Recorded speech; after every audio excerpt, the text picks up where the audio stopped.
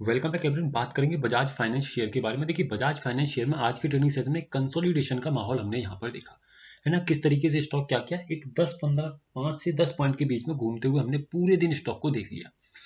अब इस चीज को समझने की कोशिश करेंगे कि क्यों इस तरीके का मोमेंटम हुआ और क्या ऑप्शन चेन पर हमें दिखाई दे रहा है। पोजिशनली समझेंगे, इंट्राडे के लिए भी समझेंगे। तो इंट्राडे की सबसे पहले बात की जाए तो यहाँ पर देखिएगा, जो मेरा सपोर्ट क्रिएटेड है वो कहाँ पर क्रिएटेड है। देखिए, सपोर्ट मेरा बना हुआ है 1050 की स्ट्राइक प्राइस पर। अब इस चीज को याद रखिएगा, जो मेरा सपोर्ट 1050 पर है वो एग्जैक्टली आया है 1000 की स्ट्राइक प्राइस से, यानी कि सपोर्ट उठ करके आया है छोटी स्ट्राइक प्राइस से बड़ी स्ट्राइक प्राइस पर। तो ऐसे केस में प्रेशर रहेगा सपोर्ट की तरफ से बुलिश। रेजिस्टेंस की अगर हम बात करें तो रेजिस्टेंस मेरा था 1060 पर और 1060 से चलाया 1050 पर, यानी कि रेजिस्टेंस की तरफ से रहा बेरिश प्रेशर।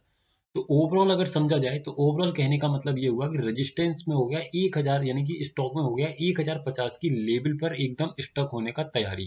क्यों? क्योंकि ऊपर से भी प्रेशर 1050 पर और नीचे से भी प्रेशर 1050 पर।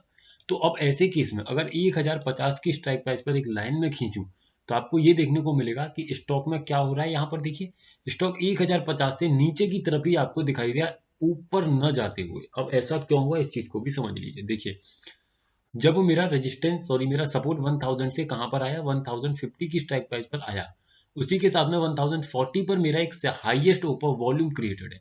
तो ऐसे केस में क्या होगा, जब बड़ी स्ट्राइक प्राइस से छोटी स्ट्राइक प्राइस पर मेरा रेजिस्टेंस आया और नीचे की तरफ, जब तक ये अपने आप में स्ट्रांग नहीं होगा तब तक अगर ये प्रेशर यहाँ क्रिएटेड है, तो ऐसे केस में क्या रहेगा, रेजिस्टेंस सपोर्ट का प्रेशर रहेगा बेरिश। ये एक रेयर केस है जो मैंने आपको सिखाया हुआ है, कहां पर, सपोर्ट एंड रेजिस्टेंस की वीडियो में। मोस्ट इंपॉर्टेंट ये केस होता है। ऐसे केस में क्या रहेगा, ऐसे केस में मुझे दिखेगा तो ये कि स्टॉक में जो कंसोलिडेशन है, लेकिन स्टॉक में ओवरऑल रहेगा बेरिश प्रेशर, जिसका यहाँ इंपैक्ट आपने देखा कि स्टॉक 1040 के लेवल तक को टच नहीं कर पाता। क्यों नहीं कर पाता, उसका रीजन यही है कि ये जो प्रेशर था नीचे की तरफ, एक अच्छा प्रेशर यहाँ पर क्रिएटेड था।